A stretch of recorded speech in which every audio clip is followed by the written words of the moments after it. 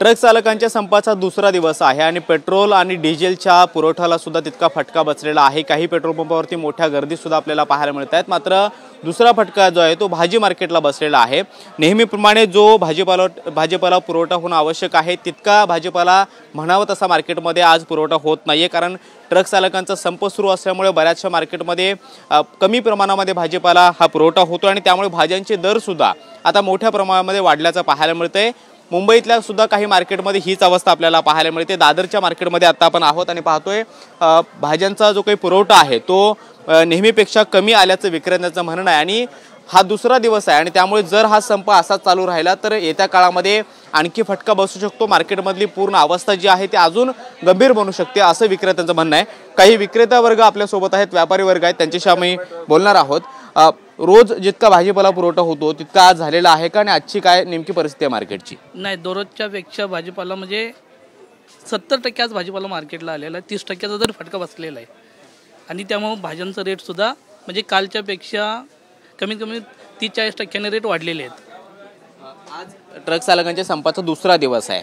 फक्त दुसरा दिवस असल्यामुळे मार्केटची ही स्थिती आहे। जर हा संप अजून 2 दिवस चालू राहिला तर काय नेमकी मार्केटची अवस्था असेल?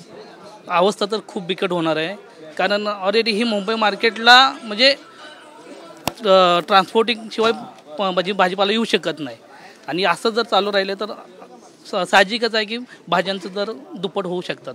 व्यापारी वर्ग म्हणून नेमकं काय सांगायचं आहे? ट्रक चालक त्यांच्या मागण्यांसाठी संप करतायत, मात्र तुम्हाला त्याचा किती फटका बसू शकतो आणि ग्राहकांना किती फटका बसू शकतो?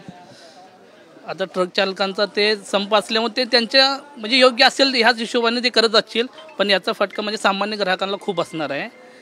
व्यापार वर्गाला तर बसतोच, कारण त्यांना पण कस्टमर टिकवायचे असतात आणि असं जर राहिला तर साहजिकच म्हणजे धंद्यावरती परिणाम होऊ शकतो। तुम्ही सकाळपासून मार्केटमध्ये आहात, सकाळपासूनची काय स्थिती आहे मार्केटमधली आणि काय असं जर संप सुरू राहिला तर काय अवस्था होऊ शकते?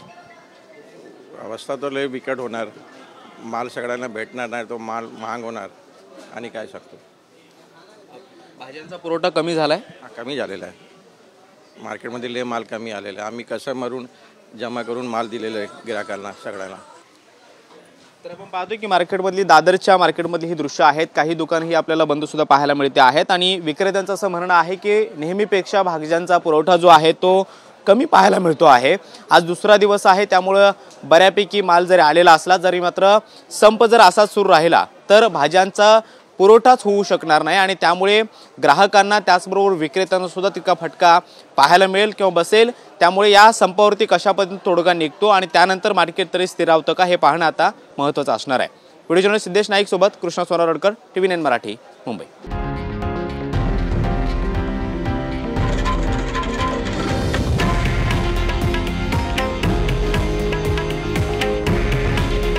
हे आहे देशातील नंबर 1 न्यूज नेटवर्क आणि आपण पाहत आहात TV9 मराठी। काळजी तुमची, हित महाराष्ट्राचं।